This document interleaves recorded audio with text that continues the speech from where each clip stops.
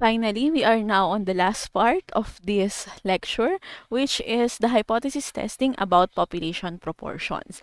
So this time, instead of hypothesis testing about the population mean, we are going to do hypothesis testing about population proportions. And usually this is applied in large, very, very large sample sizes. Now we have the test statistic. So the test statistic is the z value for the sample proportion p, which we can compute. So this is our sample proportion p hook, and this is our population proportion, the one where we claim that this is the expected, or this is the assumed population proportion, and this is the sample population, the proportion we obtain from our sample. This is the sample proportion, divided by our sigma, uh, normalized population standard deviation. Now, this is just a typo error. This is not sigma x. You have sigma p here. So the value of p that is used in the formula is the one from our null hypothesis. So the value of q is equal to 1 minus p. So in here, just like in the binomial distribution, we have two outcomes, the desired outcomes and the undesired outcomes. And that is, the undesired outcome is q and the desired outcome is p. So the value of z calculated for from our sample proportion is the observed value of z.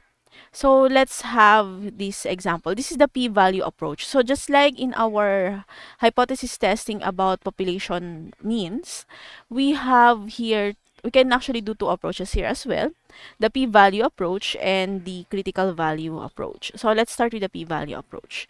So according to the Gallup poll conducted a few years ago, 20% of traditional college graduates who earned their degree before the age of 25 were emotionally attached to their alma mater.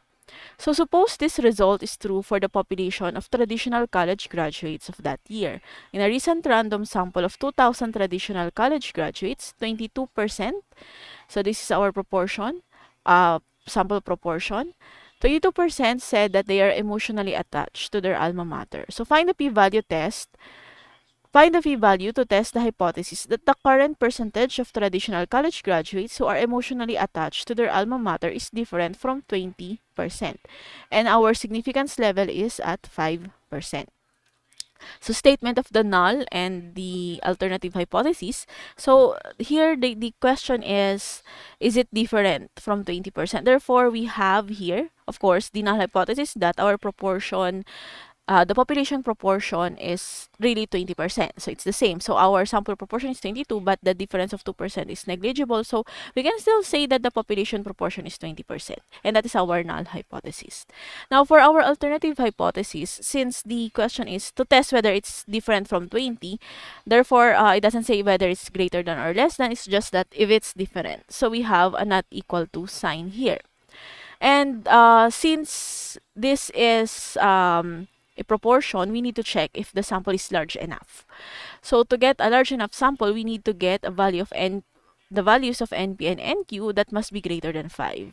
So NP, number of NP is 2000 times 0.20, so 400, and the NQ is 2300 times 0.8, that's 1600. So we still have a large enough value here.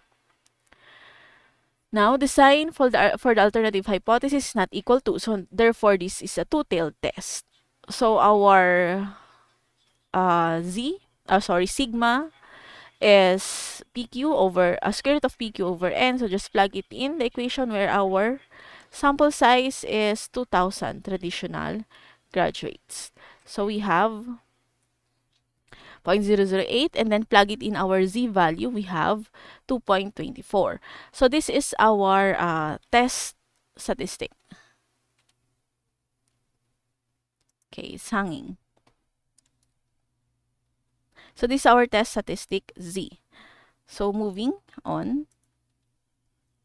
So the test statistic, so for the p-value approach, the test statistic will give us or will define where our p-value would be. And since this is a two-tailed test, so at 2.24, so what is the area from 2.24, z 2.24, to the extreme left or to the extreme right.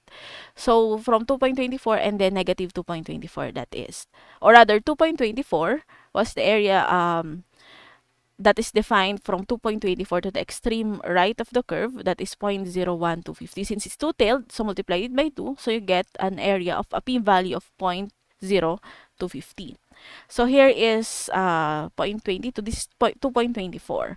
So from our normal distribution curve, this is our test statistic z, and we are going to check what is the p-value starts from our test statistics to the extreme end. Since it's two-tailed, we are going to get the area from both tails. So just multiply this area, 0.0125 by 2.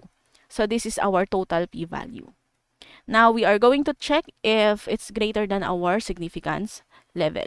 So that for any alpha greater than 0.0250, we can reject the null hypothesis. So if our alpha is greater than 0.0250, this is our p-value. So if our alpha is greater than our p-value, it's in the rejection, or rather we reject the null hypothesis. So if alpha is 0.05, which is less than the p-value of 0.0250, so we do not reject the null hypothesis. So this is sorry, this is the typo. So this is the issue with our basically proportion. So we do not reject our null hypothesis at if our alpha is 0.05. So we can say therefore that the alma mater, the college graduates, is the 20% of traditional college graduates are attached to their alma mater. Okay, so let's have another example here. So when working properly, a machine that is used to make chips for calculators does not produce more than 4% defective chips. Whenever the machine produces more than 4% defective chips, it needs an adjustment. So to check if the machine is working properly, the quality control department at the company often takes samples of chips and inspects them to determine if they are good or defective. One such random sample of 200 chips taken recently from the production line contained 12 defective chips. So find the p-value to test the hypothesis whether or not the machine needs an adjustment. What would your conclusion be if the significance level is 2.5%? So that is the defect must be not more than 4% at a significance level of 2.5. So we have a sample size of 200, and the proportion of that is 12 chips for the 200 samples. So here we have a one-tailed test. So as long as we can say that it's still less than or equal to the 4% proportion, or 0.04, the null hypothesis is that the machine doesn't need that adjustment because the population proportion is still less than 0.04. Our alternative is that the machine needs an adjustment because the population proportion is greater than 0.04. Now, let's check if the sample size is too large. So, at 200 times 0.04, that's 8. At 200 times 0.96, that's 192. So, we can use the normal distribution because both are greater than 5. So, the sign in the alternative hypothesis indicates that our test is right-tailed because it's a greater than sign. So, plug it in our equation, find our test statistic z. So, the test statistic z is 1.44. So, find the region starting from 1.44 to the extreme, this is right tail to the extreme right, and that is our p-value. And our p-value is 0.0749.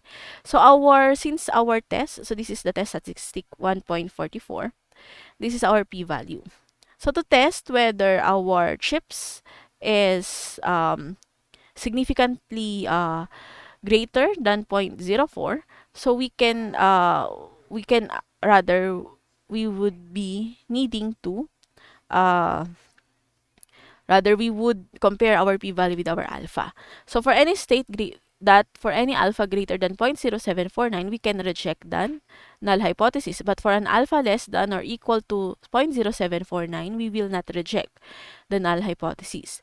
So at alpha of 0.025, we have alpha of less than a p-value. So since it's less than the p-value, we do not reject the null hypothesis. So therefore, the null hypothesis still stands and the machine is still not making defective chips. So we can, that the machine does not really need an adjustment. So that is for the p-value approach.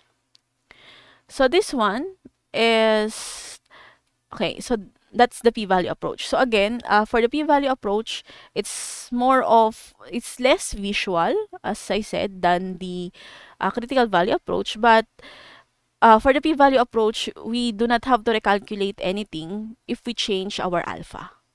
So we are just going to compare our alpha with our p-value. And the p-value is consistent with the sample.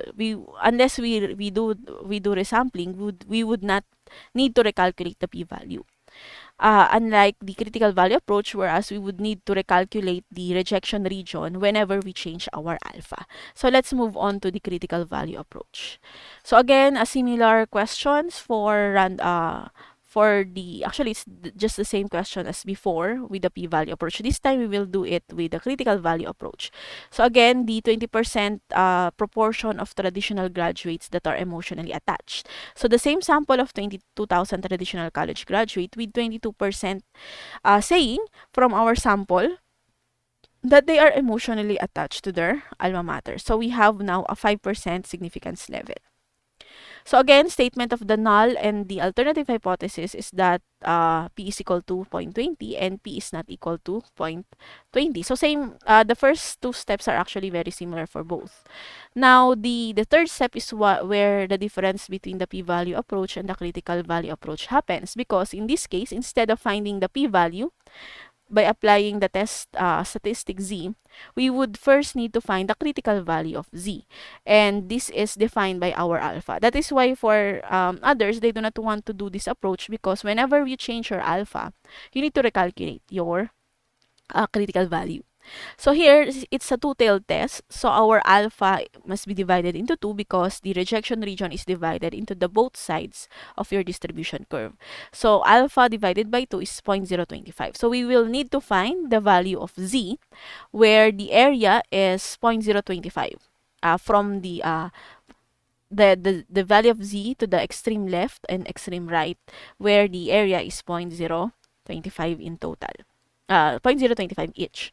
So that value is 1.96 and negative 1.96. So to visualize them, we need to find again, since the alpha is 0.05, divided into the two tails, we get alpha 0.025 on the left and 0.025 on the right. So we just need to find from the table, the z value table, we need to find the value of z, where the area from the z value to the extreme right is 0.025, and likewise on the extreme left, what is the value of z, where the value of the extreme left is 0.025.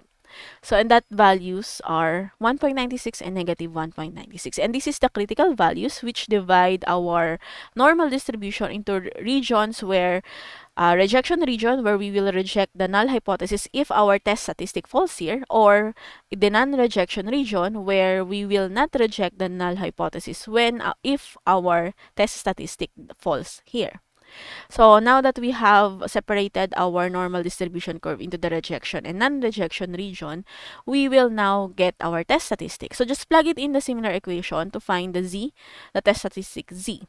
And that is 2.24. So 2.24, where does 2.24 falls? It falls here.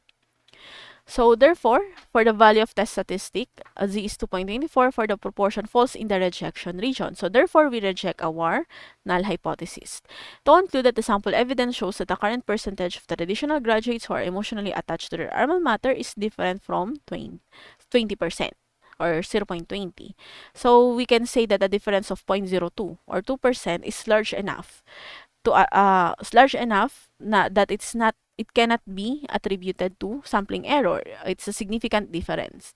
Therefore, the actual population proportion is really not 20%. Okay, so let's have another example, again using the critical value approach. So this is a different example. This is not about the machine. So this is a direct mailing company. So direct mailing company sells computers and computer parts by mail. The company claims that at least 90% of all orders are mailed within 72 hours after they are received. The quality control department at the company often takes samples to check if this claim is valid. So a recently taken sample of 150 orders showed that 129 of them were mailed within 72 hours. So do you think the company's claim is true? Use a 2.5% significance level. So again, the claim is that at least 90. So this is a one-tail test because it's at least 90%. So are emailed within the first 52 hours. We have a sample size of 150 orders and 129 of them were mailed within 72 hours. So to get the proportion, the sample proportion, just divide 129 with 150. So we have an alpha of 0.025. So first, again, state the null and alternative hypothesis. So the claim is at least 90. So it must be that the proportion is at least which translates to greater than or equal to 0.90. And our alternative hypothesis is that, of course, it is less than 0.90. So this is a one-tailed test. So checking if the population, rather the sample is large, we just multiply, get the values of NP and NQ. So 150 times 0.90, that's 135, and 150 times 0.10, that's 15. So this, we can use, therefore, the normal distribution. So at significance level of 0.025, so we have the sign for the alternative hypothesis of less than. So this is a left tail test. So we are going to find the critical value of z for the area of our significance level, that's 0.025. We do not have to divide it because this is a one-tail test, and this is in the left tail. So the z value is usually negative. If it's in the left side, it's negative. So the z value is 0.196, meaning to say, at negative 1.96, the area from this point of 1.96 to the extreme left, the total area is 0.025, which is our alpha, or significance level. And this region is our rejection region. If our test statistic falls here, we will reject the null hypothesis. And then this is our non-rejection region. So if our test statistic falls here, we will not reject the null hypothesis. So we are now going to get the test statistic. So the test statistic is the sigma p is pq over, so just plug it in the equation. Our q is, of course, the undesired outcome. So that's 1 minus p. So 1 minus 0.90, that's 0.10. So we will get our z statistic. This is our sample proportion, which is 0.86. This is 150. What was that value again? 129 over 150. So that's 0.86. So is the difference of 0.04 significant? So our test statistics is 1.63. So where does that fall? It's in the positive side around here. So therefore, we have the value of the test statistics negative 1.60. The value of the test statistic is 1.63. Sorry, it's negative. I forgot the negative sign. It's the negative 1.63. So it's around this area. Negative 1.96, negative 1.63. So negative 1.63 is greater than our critical value, and it falls in the non-rejection region. So we will not reject the null hypothesis. So therefore, the difference between the sample proportion and the hypothesized value of the population proportion is small, and it can be just a simple sampling error. So it's not significant. The difference of the 4% difference, 0.086 and 0.90, this is close enough that it is insignificant, and we can say that they are still, we can conclude that they are still the same. The difference is not significant. So the machines or the companies can still mail, creates, or rather the claim of at least 90% of all orders are mailed within 72 hours still holds true. So they still mails 90% within the 72 hours. And that's it for this very long hypothesis testing lecture. So see you in the next lecture.